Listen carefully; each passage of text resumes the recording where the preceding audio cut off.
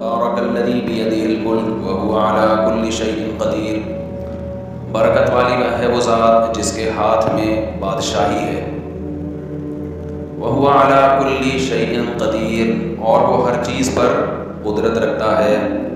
الذی خلق الموت والحیات، اللہ وہ ذات ہے جس نے موت کو بھی پیدا کیا اور زندگی کو بھی۔ نہ موت خود پیدا ہوئی اور نہ حیات خود پیدا ہوئی ہے۔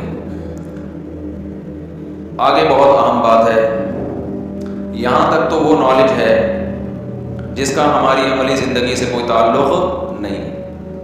یہ کانسیپٹ اللہ نے کلیئر کر دیا، یہ کائنات خود سے نہیں بنی ہے بلکہ اس کو کسی نے بنایا ہے۔ زندگی بھی خود سے نہیں بنی بلکہ کسی نے اس کو بنایا۔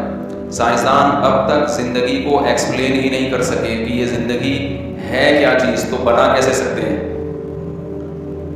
وہی باڈی ہوتی ہے، روح نکل جاتی ہے تو بندہ پڑا ہوا ہے۔ وہی باڈی ہے، روح ہے تو دیکھ رہا ہے، چل رہا ہے، پھر رہا ہے۔ بچہ جب ماں کے پیٹ میں ہوتا ہے تو میں نے وہ ڈاکٹروں سے سنا ہے کہ جب اس میں جان پڑتی ہے نا تو ہارٹ بیٹ کو ڈاکٹر لوگ زندگی سے تعبیر کرتے ہیں، جب بچے میں ہارٹ بیٹ پیدا ہو جائے۔ خوب سمجھ لیں، دل کی دھڑکن میڈیکلی نام ہے حیات کا، لیکن شرعی طور پر حیات کا جو لفظ بولا گیا ہے نا وہ شعور کے معنی میں ہے کہ بچے میں سینس پیدا ہو جائے، شعور پیدا ہو جائے۔ جیسے سائنسدانوں کی نظر میں پودے زندہ چیزیں ہیں، لیکن عرف میں اس کو زندہ نہیں کہا جاتا۔ عرف میں زندہ اس چیز کو کہا جاتا ہے جس میں سمجھنے کی کچھ صلاحیت ہو، شعور پیدا ہو جائے۔ تو قرآن چونکہ عربی زبان میں نازل ہوا نا، عربی میں، تو اس نے عرب کے عرف کا خیال کر کے حیات اور موت کو ایکسپلین کیا ہے کہ عرف میں کس کو کہا جاتا ہے۔ تو اللہ فرماتے ہیں ہم نے زندگی بھی پیدا کی اور موت بھی پیدا کی، بلکہ اللہ نے پہلے موت کا تذکرہ کیا اس کے بعد زندگی کا، اس لیے کہ حیات یہ موت کے بعد آتی ہے۔ اصل میں بچہ ماں کے پیٹ میں پہلے مردہ ہوتا ہے، اس میں شعور نہیں ہوتا، اس کے بعد اس میں جان پڑتی ہے، شعور پیدا ہوتا ہے، پھر وہ اپنے اختیار سے حرکت کرنا شروع کرتا ہے ماں کے پیٹ میں۔ سمجھ میں آ رہی ہے بات کہ نہیں آ رہی؟ یہ حیات بڑی خاندانی چیز ہے، اس کو کوئی سائنسدان ڈیفائن نہیں کر سکا اب تک۔ ایک جرثومہ ماں کے پیٹ میں جاتا ہے، انڈے سے مل کے بڑھنا شروع کرتا ہے، اس کے بعد تھوڑا سا اس کا اسٹرکچر تیار ہوتا ہے تو دل دھڑکنا شروع۔ ایک ڈاکٹر نے مجھے بتایا کہ یہ جو دل دھڑکتا ہے نا ماں کے پیٹ میں، آپ کو بتائیں نیوٹن نے ایک بات بڑی خاندانی کی تھی، مجھے اس کا بڑا فائدہ ہوا۔ نیوٹن نے کچھ میرے بڑے مسائل حل کر دیے، مسئلے تو حل ہوئے ہوئے تھے لیکن اس کو سمجھانا بڑا مشکل تھا۔ نیوٹن کو سمجھا کے چلا گیا کہ اس کائنات میں کوئی چینجنگ چینجر کے بغیر ہوتی نہیں ہے۔ اس کائنات میں کوئی میرا ٹاپک نہیں ہے، ابھی تمہیں آگے جب مجھے کوئی چینجنگ چینجر کے بغیر ہوتی نہیں، ہلیں گے نہیں جب تک کوئی ہلائے گا نہیں آپ کو، ٹھیک ہے نا، یہ خود نہیں ہلائیں گے۔ تو یہ جو دل دھڑکنا شروع کرتا ہے نا ماں کے پیٹ میں، اس کا چینجر کیا ہے؟ اس کو انرجی کہاں سے ملتی ہے، پاور کہاں سے ملتی ہے؟ دماغ سے۔ دماغ میں کرنٹ پھینکتا ہے، جیسے ہم موٹر جب چلاتے ہیں نا، ابے موٹر کیا کرتی ہے؟ پمپ کرتی ہے نا، پانی کھینچے گی آگے پارسل کرے گی، تو یہی کام دل بھی تو یہی کر رہا ہے۔ تو یہ موٹر چلانے کے لیے بھی تو کچھ چاہیے نا، تو وہ جو پاور ملتی ہے نا اس موٹر کو، ہماری والی موٹر کو بھی کرنٹ سے ملتی ہے، جو پھر وہ کہ الیکٹرک والے کرنٹ دیں گے تو مل جائے گی، نہیں دیں گے تو قیامت تک آپ سوئچ میں پاور لگاؤ کچھ بھی نہیں ہوگا، پاور ملے گی نہیں اس کو۔ اب کیا ہے کہ دماغ کو کرنٹ کہاں سے، دل کو بھی کرنٹ چاہیے۔ پہلی دفعہ جب پمپ کرتا ہے نا دل بچے کے، ماں کے پیٹ میں جو بچے کا دل ہلتا ہے اس کو کہاں سے کرنٹ چاہیے؟ دماغ کرنٹ پھینکتا ہے اس کو۔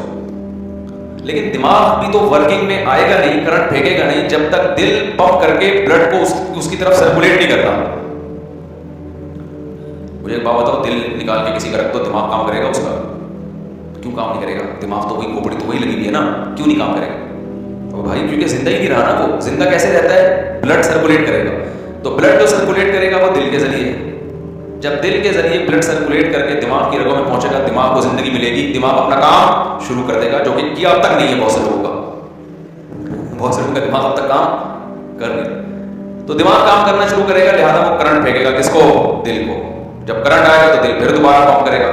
اب یہ مسئلہ اب تک سائنسدانوں کے لیے ایک عقدہ بنا ہوا ہے کہ جب تک دل چلا نہیں تو دماغ میں حیات کیسے پیدا ہوئی، اور جب دماغ میں حیات نہیں پیدا ہوئی تو دماغ نے کرنٹ کیسے دل کی طرف پھینک کے اس کو چلا کیسے دیا؟ تو یہ فرسٹ ٹائم جو ہوتا ہے نا، یا تو کرنٹ پہلے آیا ہے یا دماغ پہ دل پہلے چلا ہے، دونوں میں سے ایک کام جو ہوا ہے، یہ کیسے ہوا یہ ابھی تک کسی کو معلوم نہیں۔ تو قرآن کیا کہتا ہے؟ خلق الموت والحیات، اس نے موت کو بھی پیدا کیا اور کسی زندگی کو بھی کس نے پیدا کیا ہے؟ اسی اللہ نے۔ اور اگر فرض کر لو دل چلتا ہے، کوئی نہ کوئی اس کی لاجک سمجھ میں آ جاتی ہے کہ یہ ہوتا ہے، دل کچھ ہو جاتا ہے بس، یا وہ ماں کے دماغ سے کرنٹ لے کے چلنا شروع ہو جاتا ہے، کچھ بھی لاجک فرض کر لو، سوال پیدا ہوتا ہے دل، دماغ، جگر، یہ ساری چیزیں تو ایک مادی چیزیں ہیں، ان میں سوچنے سمجھنے کی صلاحیت کیسے پیدا ہو جاتی ہے؟ آپ کو پتا ہے دماغ جو بنا ہوا ہے وہ روح سے نہیں بنا، وہ تو گوشت ہے نا، بھیجا ہے، کولیسٹرول کا ایک مجموعہ ہے۔ وہ کولیسٹرول بہت استعمال ہوتا ہے کھوپڑی میں نا، ہماری دماغ میں۔ جو لوگ بالکل کولیسٹرول کا استعمال چھوڑ دیتے ہیں، ان کی کھوپڑی آہستہ آہستہ کام کرنا چھوڑ دیتی ہے، بالکل تربوز کھیرے پہ آ گئے نا کہ کولیسٹرول لو، کولیسٹرول چیزیں کھانی ہے، تو آہستہ آہستہ ان کا دماغ کیا ہو جاتا ہے، وہ کھیرے اور ککڑی جیسا ہی بن جاتا ہے پھر وہ، ٹھیک ہے نا۔ تو یہ اللہ کی بہت بڑی قدرت ہے۔ کہاں کہاں انسان اللہ کی قدرتوں کا انکار کرے گا، کتنی چیزوں کی تعویل کرے گا کہ یہ بھی خود بخود ہو گیا، یہ بھی خود بخود ہو گیا، یہ بھی خود بخود ہو گیا۔ بھائی بس کر، یہ خود بخود نہیں ہو سکتا۔ تو اللہ نے فرمایا الذی خلق الموت والحیات، اللہ وہ ذات ہے جس نے موت کو بھی پیدا کیا اور زندگی کو بھی۔